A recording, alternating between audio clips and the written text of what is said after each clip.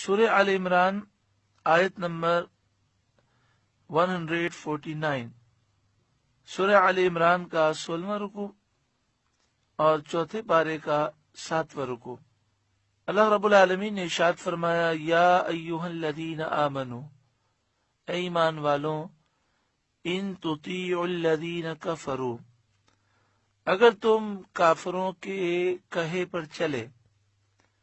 تم نے کافروں کی باتوں کی پیروی کی، یردوکم علی اعقابکم، تو وہ تمہیں الٹے پاؤں لوٹا دیں گے،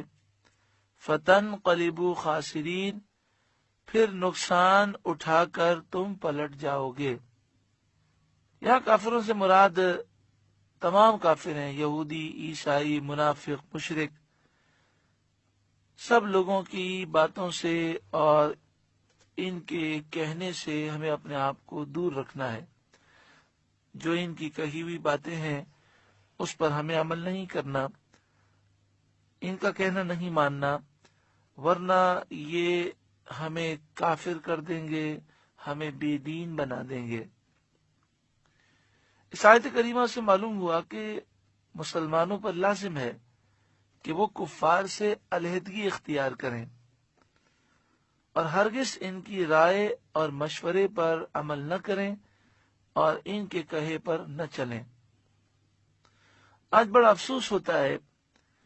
کہ مسلمان کہلانے کے باوجود مسلمانوں سے ہماری نفرتیں ہوتی ہیں، لیکن جو کافر ہیں، یہودی، عیسائی ہیں، ہندو ہیں، مشرک ہیں، بد عقیدہ ہیں، بد مذہب ہیں، رسول اللہ صلی اللہ علیہ وسلم کے گستاخ ہیں، صحابہ کے گستاخ ہیں، ان سے مسلمانوں کی دوستی بھی ہوتی ہے، اٹھنا بیٹھنا بھی ہوتا ہے، بڑی محبت کے تعلقات ہوتے ہیں، اگر سمجھایا جائے تو مانتے نہیں ہیں، حالانکہ قرآن مجید فرقان حمید اس سے ہمیں منع فرماتا ہے۔ بل اللہ مولاکم، بلکہ اللہ تمہارا مولا ہے، وہو خیر الناصرین، اور وہ سب سے بہتر مددگار ہے۔ یعنی کافروں سے دوستی نہ کرو، ان سے محبت کے تعلقات نہ رکھو۔ اگر تمہارے دل میں یہ خیال آتا ہے کہ پھر ہمارا کیا ہوگا، ہماری مدد کیسے ہوگی، یہ کافر ہمیں کام آتے ہیں،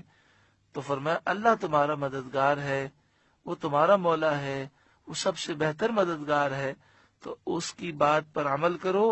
اللہ تعالیٰ تم پر کرم فرمائے گا۔ سنلقی فی قلوب الذین کفروا الرعب بما اشرکوا باللہ، ان قریب ہم کافروں کے دلوں میں رعب ڈالیں گے، بما اشرکوا باللہ، ما لم ینزل به سلطانا، اس وجہ سے کہ انہوں نے اللہ کے برابر ٹھہرایا اس چیز کو جس پر اللہ نے کوئی سند نہیں اتاری، یعنی اپنی مرضی سے انہوں نے غیر اللہ کو اللہ کے برابر ٹھہرا دیا۔ یہ جو مشرک ہیں، یہ جو کافر ہیں، ان کے دلوں میں اللہ تعالی مسلمانوں کے رعب کو داخل فرما دے گا۔ یا فرمایا سنلقی، ان قریب ہم ڈال دیں گے، اور پھر یہ رعب ڈال دیا گیا، اور آج تک کافروں کے دل میں مسلمانوں کا رعب داخل ہے۔ اگر یہ رعب نہ ہوتا تو دیکھیں مسلمانوں کی تعداد ہے کتنی، صرف 15%، 85% کافر ہیں۔ کافروں میں اتحاد بھی ہے اور ان 15% مسلمانوں میں اتحاد بھی نہیں ہے۔ یہ 15% مسلمان انتہائی کمزور ہیں، اور جتنے اسلامی ممالک ہیں سب غریب ممالک ہیں یا ترقی پذیر ہیں، کوئی بھی ترقی یافتہ نہیں، کوئی بھی سپر طاقت نہیں، اور کافروں کے دل میں مسلمانوں کے لیے شدید نفرت بھی ہے۔ اگر ان کا بس چلتا تو یہ 15% مسلمانوں کو دنیا سے ختم کر دیتے، مگر اللہ تعالی نے مسلمانوں کا رعب ان کے دلوں میں داخل فرما دیا ہے۔ اس آیت کریمہ کا جو شان نزول ہے وہ یہ ہے کہ جنگ احد سے واپس ہو کر کافروں نے یہ خیال کیا کہ مکہ مکرمہ کی طرف جانے کے بجائے ہم دوبارہ حملہ کر دیں۔ غزوہ احد کا معرکہ احد شریف میں ہوا، احد سے فارغ ہو کر کافر مکے کی طرف بھاگے۔ پھر جب وہ آگے گئے تو ان کے دل میں خیال آیا کہ ہم سے بڑی غلطی ہو گئی،